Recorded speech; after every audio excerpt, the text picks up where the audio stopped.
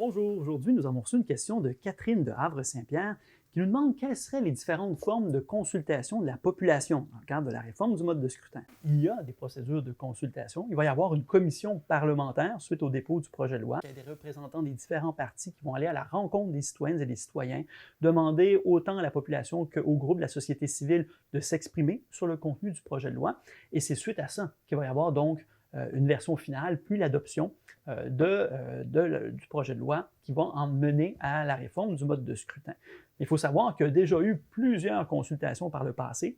Il y a eu les États généraux sur la réforme des institutions démocratiques qui avaient été initiés par donc Jean-Pierre Charbonneau, à l'époque, il était donc ministre de la réforme des institutions démocratiques, présidé par Claude Bélan, où il y avait eu des citoyens de partout à travers le Québec qui avaient participé donc à définir quelles seraient les réformes à apporter à nos institutions démocratiques, la réforme du mode de scrutin étant l'une des principales. Il y a eu par la suite un avant-projet de loi libéral sous le gouvernement donc Charest qui a été proposé également, plein de consultations, des mémoires de différents groupes qui ont été présentés. Donc, il y a eu plusieurs étapes comme ça où la population a pu s'exprimer.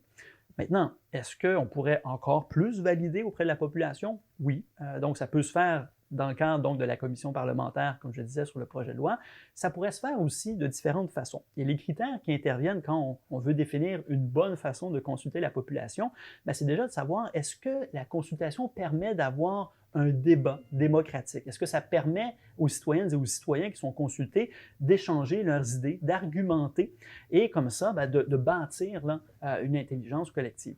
Et ça, il y a différentes façons de le faire. Il y a des assemblées citoyennes, il y a des forums citoyens, il y a des jurys citoyens. On entend souvent parler donc de la fameuse question du référendum, de consulter l'ensemble de la population. Et ça, c'est une façon de consulter aussi.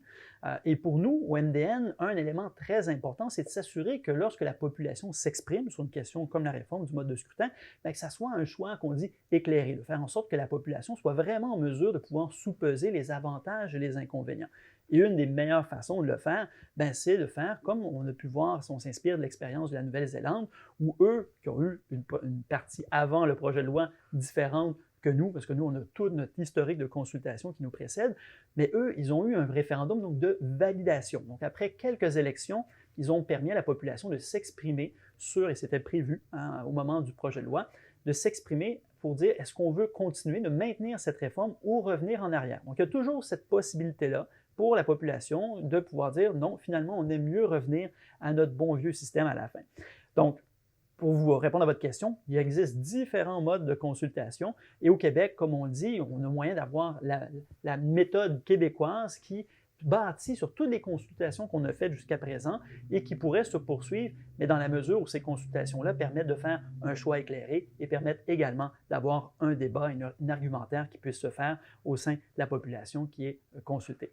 Donc, Catherine, merci beaucoup pour votre question. J'espère que ça vous satisfait la réponse. Si vous avez des questions, commentaires, vous avez juste à les inscrire sous la vidéo ici. Et si vous avez d'autres questions, vous pouvez nous les partager par Facebook Messenger. Ça nous fera toujours plaisir d'y répondre. Merci.